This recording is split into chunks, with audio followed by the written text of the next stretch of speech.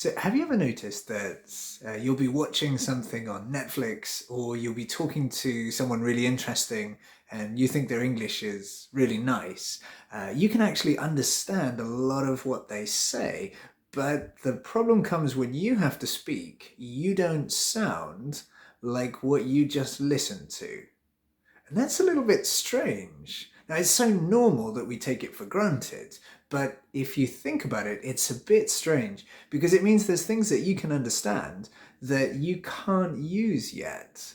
And psychologists, they call this the difference between your active and your passive knowledge. You've experienced this because probably you've noticed that over the years you were learning English really well, and then at a certain point, your progress kind of stopped and it slowed down. And that might have been going on for sometimes 6 months, sometimes one, sometimes 2 years, where you've noticed that the quality of your language is just not getting any better. And this is actually really famous. So this is called the upper intermediate plateau. And part of the problem is that the techniques that you've been using have worked really well to get you to this point. But what if I told you that actually those same techniques that you've been using up till now are actually not the same techniques that will help you move forward?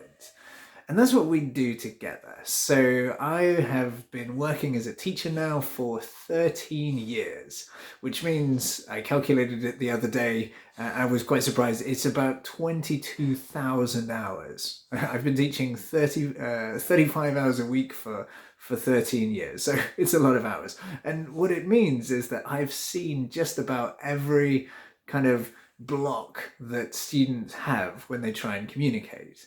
And what I've learned over the years is a set of really specific kind of techniques based on my experience in the classroom, teaching people just like you who want to learn English and get their English up to a really high level. I've learned a set of techniques that work really, really well. I've also read quite a lot in cognitive psychology and educational psychology and found which of those techniques have the best kind of research base to move you forwards. So I'll give you an example if you like. Have you ever had this situation where you're talking and the conversation is going great? You know, it's going really well, and then you get to one word and you just get stuck. Like you can't remember this word, and it's like a black hole opens up in front of you. I call it the black hole.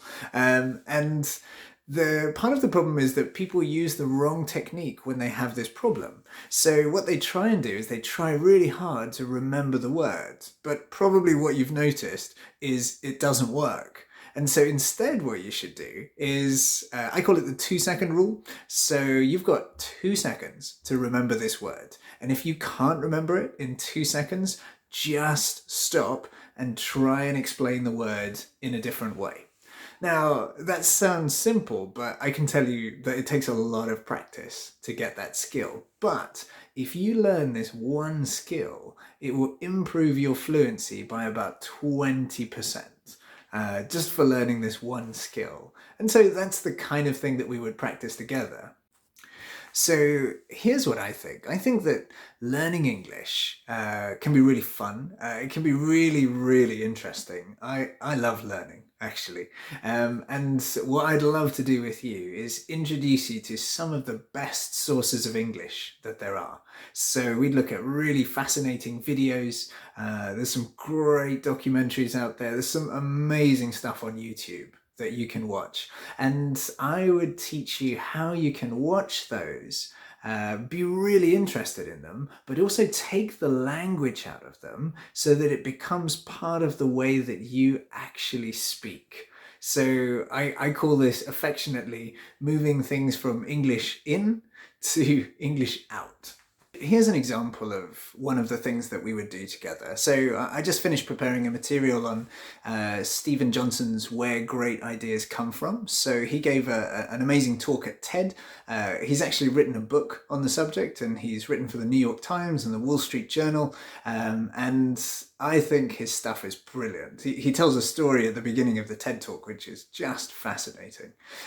So here's the material. So here's the video itself that we would watch. So we'd watch that together, and then we'd take out some of the really interesting vocabulary that he uses.